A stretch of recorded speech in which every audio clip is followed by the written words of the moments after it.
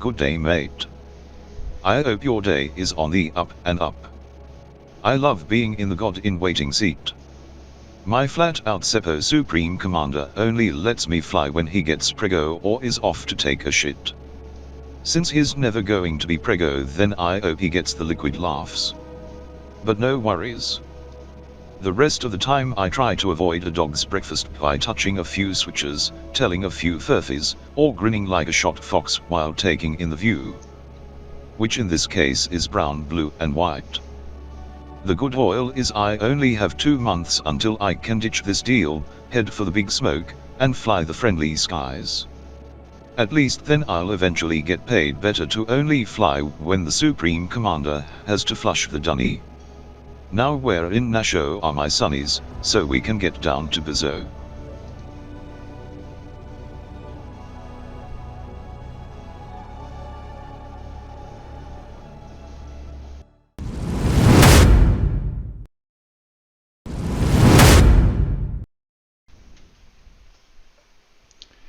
Okay folks, here we are at Alman Hot Air Base, and we're in the C-130, and I'm going to give you a quick review of the start, taxi, takeoff, and a little bit about the autopilot once we get airborne. Normally I'd wait for my co-pilot, but here. So the first thing we want to do is turn on the battery, and we want to do that first by turning on the flashlight so we can help see the battery switch, which is right up there. Right click. 23.8 volts is an indication that we need it. It's an uncharged battery, so we want to turn on the APU. So we'll select APU with a right click. Then we'll come down here, and with 2 clicks, holding the second, we will start the APU. And we can see the RPM coming up, and shortly we'll see the temperature spike. And it'll settle down after a while.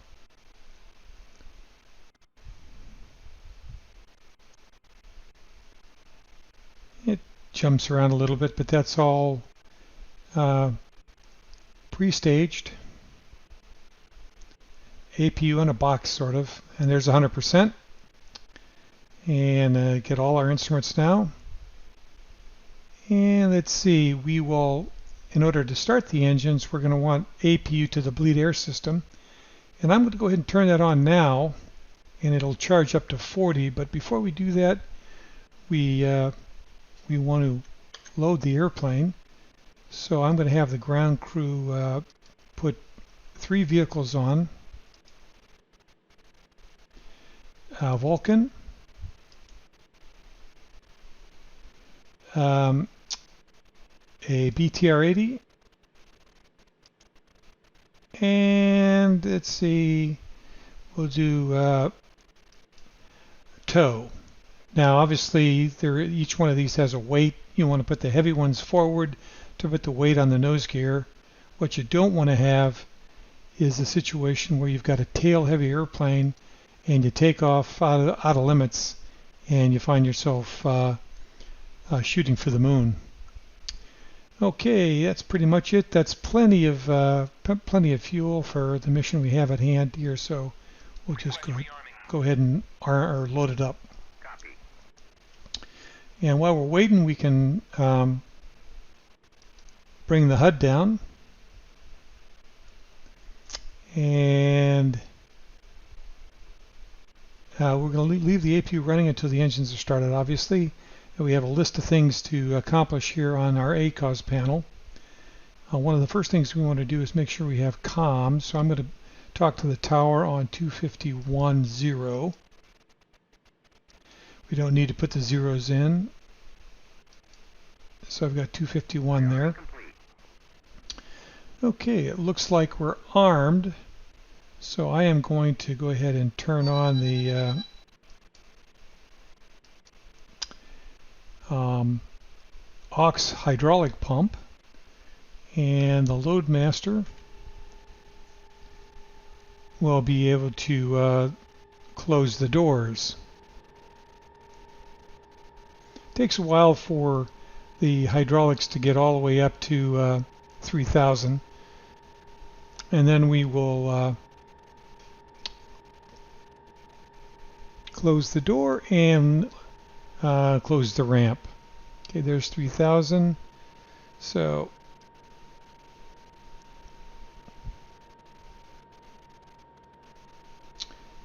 and we'll close the ramp as well.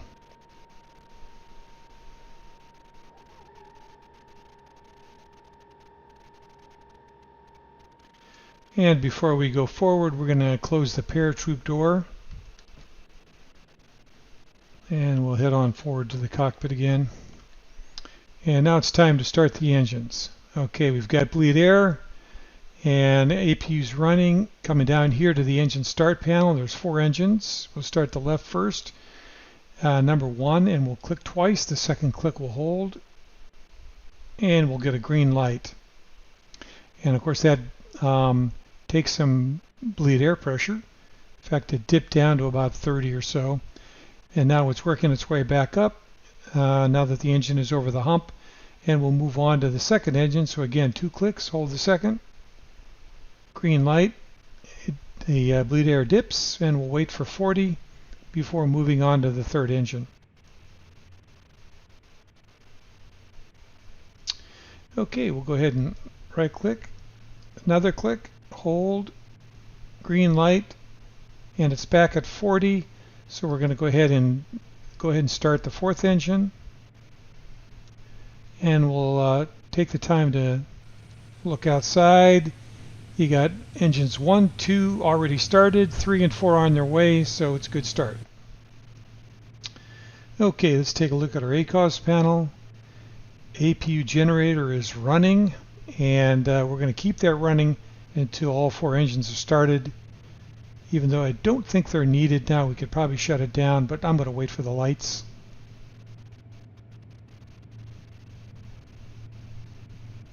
Okay, we no longer need the APU because we've got bleed air and electrics from the engine-driven generators. So with our little right click, we can shut off the APU air, and we can deselect the APU. And now, since we don't need it, we're going to go ahead and stop it, and it shuts it down. Okay, we're going to go down here now to the this FMS or CDU thing here, and we are going to first do the nav. We've got a waypoint we want to go to up at KSAB, and I'm going to call that waypoint 1. So waypoint WP 1, and we'll enter it under the name here, and then we'll put a latitude in there, which is going to be 26 10, and then decimals 276, 276, and then we'll enter it for latitude. Input here, I must have put something incorrect in there, so let's go ahead and see 26 10 276 276. Okay, I must have put something wrong in there. Now we don't have to put northeast because the guys who developed the mod only have north and east, so you wouldn't be able to use this, at least the waypoints from this box here at Natter. Okay, but for the longitude we have to put in the leading 0, so 056 14 and decimal 432, 432, and then come up here on the longitude. So now we have our waypoint in there. Now we don't see the waypoint anywhere on this screen or on the TAWS screen, which is what we're going to select at the moment here. And I want to change the the range there. So main menu, I think we go here, and range, and I think we have to go to here, range, and then there. It's not doing it. See here, try that here. HUD 1, range, Boom. Okay, now there's 80. So 16, 32, 48, 64, and then 80. We don't have the waypoint in there right now, even though we have it selected. I'm going to cycle this just so that it knows that it's there, and sure enough, there it is. So the point we're heading for is going to be 348, 034 degrees at 83.3 miles from us. We already have our aircraft fully loaded, so we can figure out our toll data. So let's go here first, takeoff, runway, enter the data, and then go to the index for takeoff data and the numbers. So the V1 of 114 knots, VR of 126, and V2, our climb speed of 180 knots, and that's based on 50% flaps and with a crosswind component of 9 knots. So we'll go ahead and enter that, and that should put our V speeds up here on the screen on the HUD. Okay, we have the flight deck windows, which we will close, cut down on some of the noise, and the crew entry door. Everybody's now on board, so we will go ahead and close the crew door. Okay, there it is. Oxide pump is on, so we can go ahead and secure that. So that's off as well. That's one of the co-pilot's jobs. Obviously, our co-pilot's not here yet. He's from south of the equator, and I'm not sure why he's not here, but he's a little late. He's going to miss the flight, or at least maybe he's hiding back in the back of the airplane, or maybe he got stopped and pulled over because he was driving on the wrong side of the road. In any case, he's not in the cockpit, so he would normally make the calls, but looks like I'll have to make them. But I'm going to assume he made them. Maybe he already made them, and so we're just going to go. But before we go any further, I'm going to go ahead and set a couple of things here in the cockpit. I want to set our airspeed just to show you that we can, even though we're not going to maintain a specific speed, because we're going to maintain an altitude. And you'll see the altitude on the HUD up here as I set it, and it starts at about 9, so I'm going to bring it down to, because I want to fly up there at 2,000.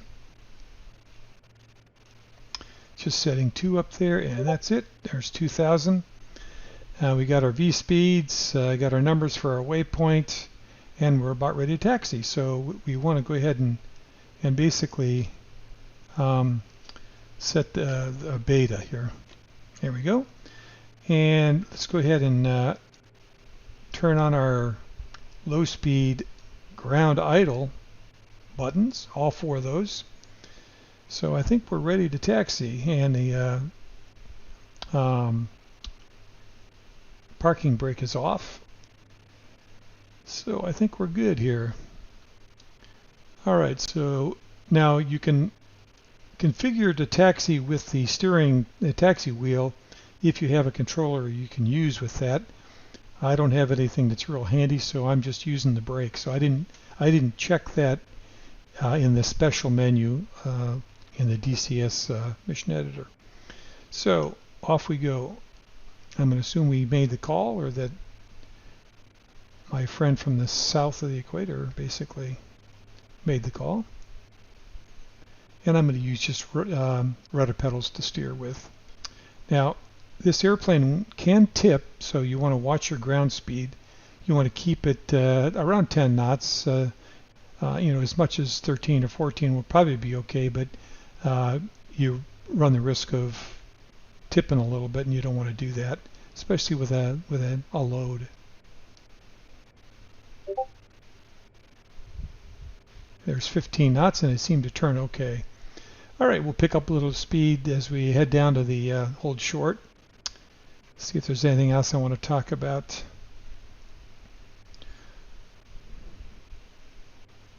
Okay, one thing we definitely want to do is set our flaps. So let's go to, I want to set half flaps. All right, setting half flaps.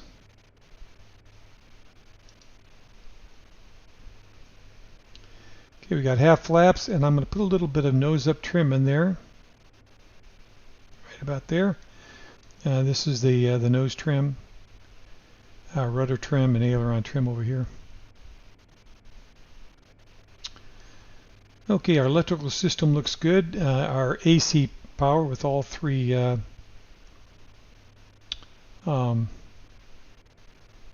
phases of the AC power, A, B, and C, with the load distribution looks normal. And DC power is 28 volts as we indicated earlier on all four generators, so we're looking good with a good equally shared load. Oil looks good.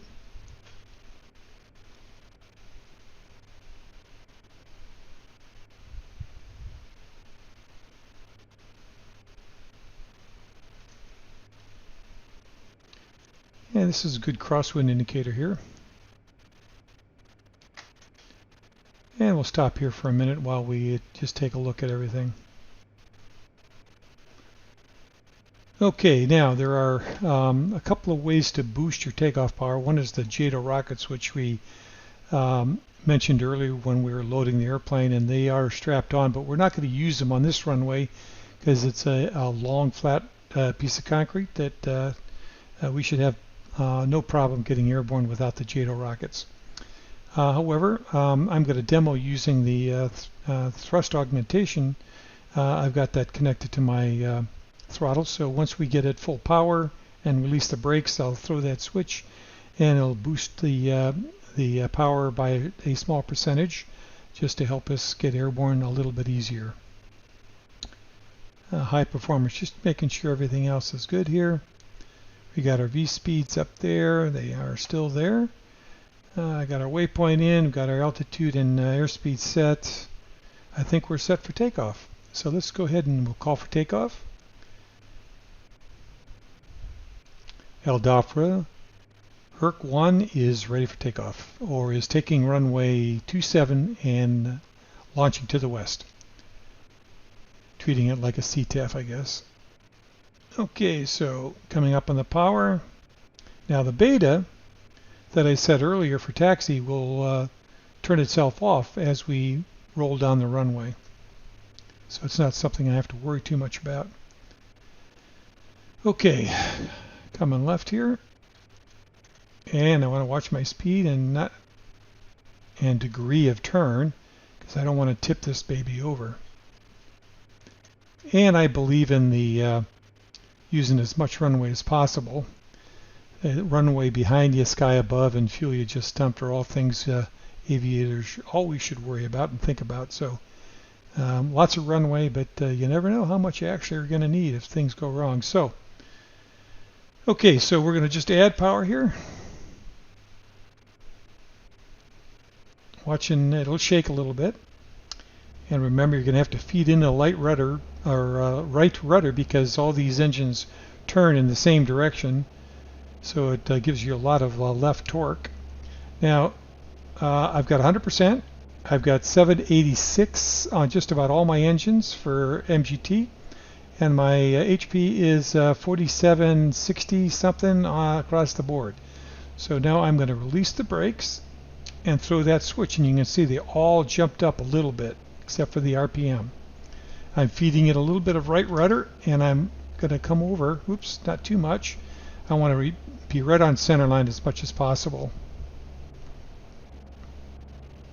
Okay, looking at the HUD, my V1 speed is coming up, and that's the speed. Once I'm above that, I can no longer abort. Coming back left here a little bit now. And my V speed is my rotation speed. So I rotate and let the airplane fly itself off the deck. And then I'll raise the gear. And as the gear are in transit, they will be amber in color. And once they're fully up, the lights will go out. And they're fully up. And I'm going to go ahead and raise the flaps. And the flaps are almost all the way up. And we're accelerating. The gear speed is 165, and I believe the flap speed is 180. Okay, I got some good speed here, so I'm going to come right to a northerly heading, climbing up to about 2,000 feet. And I'm going to feed in a little bit of rudder because of this little triangular shaped device here until I get right there, and it should disappear. And that means I'm in balanced flight. And I believe this doohickey bob here is a bit of a angle of attack indicator. Okay.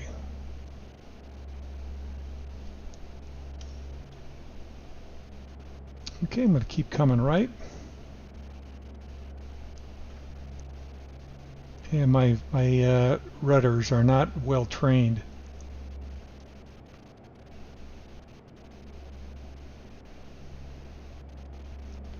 Okay, coming up on 2000.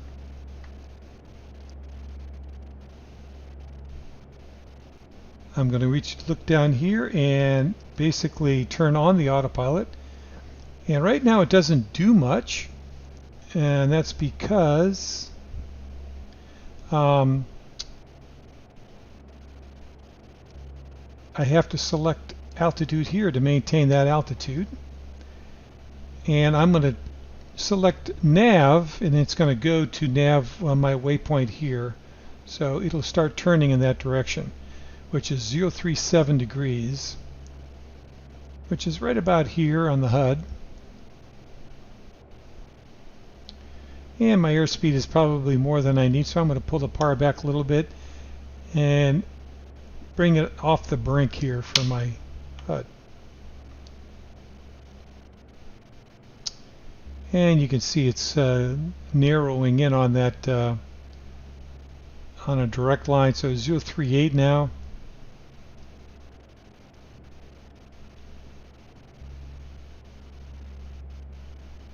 Okay, and just a discussion here. I could put heading and it'll follow this little heading bug here, controlled by this. Now I could turn it, and it looks like that's kind of what it's doing. It turns on the heading bug as soon as I turn on my altitude lock. I can turn this off by right-clicking on it, and then I can change this and it won't turn my airplane. But that's a little bit of a bug because the light came back on.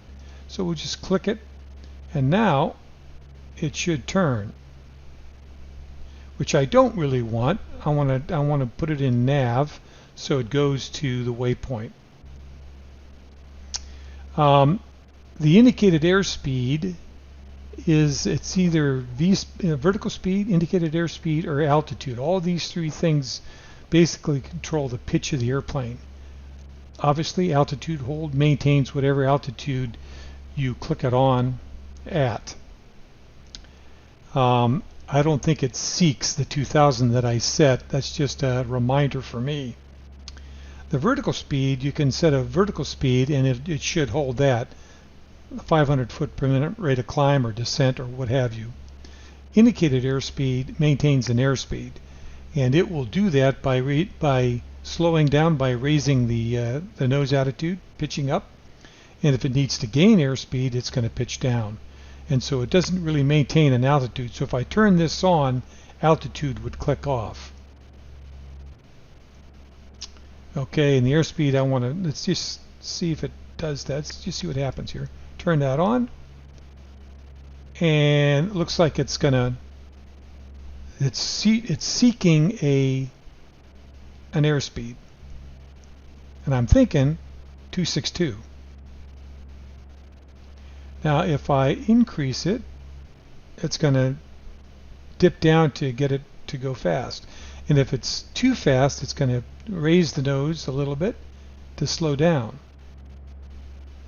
And it's kind of jumpy, so I just as soon put it in altitude hold.